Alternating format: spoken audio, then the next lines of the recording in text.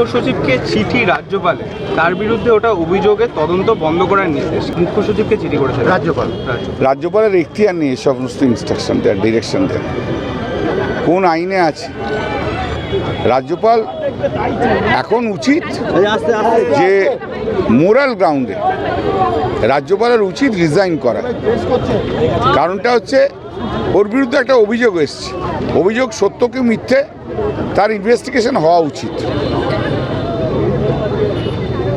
বিশাখার judgement আছে যেখানে মহিলাদের ওপর হ্যারাসমেন্ট হলে সঙ্গে সঙ্গে পদক্ষেপ নিতে হবে। তা বিশাখার জাজমেন্ট তো এটা তো নয় যে রাজ্যপালের ক্ষেত্রে অ্যাপ্লিকেবল নয়। যে কোনো জায়গায় যে কোনো কর্মক্ষেত্রে বিশাখার জাজমেন্ট অ্যাপ্লাই করবে। That was the first judgement of the Supreme Court. সেখানে তো বলে দেয়নি যে এইগুলো এক্সেপশন রয়েছে। ভিডিওটা যেটা প্রকাশ হয়েছে সেটাও তো সঠিক। ভিডিও রাজ্যপালে কি প্রকাশ করেছে আমি জানি না। অর্ধেক তো জিনিস দেখায়নি, কিছুই তো দেখায়নি। বরঞ্চ অন্য ভিডিও দেখা যাচ্ছে যেখানে মহিলাটা কাঁদতে কাঁদতে বেরিয়ে আসছে। কেন বেরিয়ে আসছে? সত্য মিথ্যে যাই হোক, I am not on merit.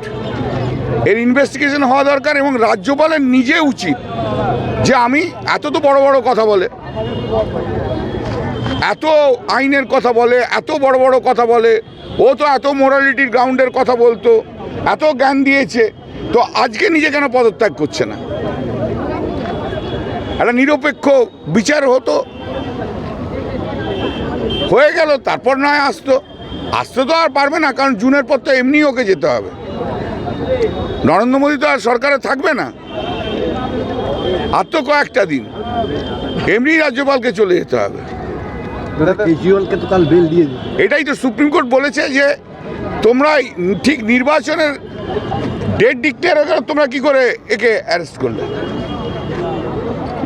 পক্ষপাত দুষ্ট, যে নরেন্দ্র মোদী কতটা পক্ষপাত দুষ্ট বারবার প্রমাণ হয়ে যাচ্ছে। সুপ্রিম কোর্ট তো ওকে ওই জন্যই বেল দিয়েছে যে তুমি প্রচার করতে দেবে, ওকে প্রচার করতে দেবো না। এই যে আজকে গতকাল রেড হয়েছে ইনকাম ট্যাক্সে, লকেট হারবে বলেই তো মোদী এটাকে করিয়েছে, পারপাসফুলি করিয়েছে। যদি এসব অভিযোগ থাকে তুমি আগে করাওনি কেন? তুমি আগে করাওনি কেন? মঞ্চেদারি হুঙ্কার দিয়েছিল যে আমরা অ্যারেস্ট করব। হ্যাঁ, তাহলে তার শুভেন্দুর কথাতে চলছে। শুভেন্দু দেখছে যে নির্বাচনে হারছি, ওর তো কোনো বীরত্ব নেই। ও তো নরেন্দ্র মোদীর মুখ, অমিত শাহর শরীর, কোটি কোটি হাজার হাজার কোটি কোটি টাকা, ইডি, সিবিআই, ইনকাম ট্যাক্স, আর ও একটা করাপ্টেড অভিজিৎ গঙ্গোপাধ্যায়ের মতো জজ, তবে ও নেতা হয়েছে, নাহলে ওর নেতা হওয়ার ক্ষমতা আছে নাকি?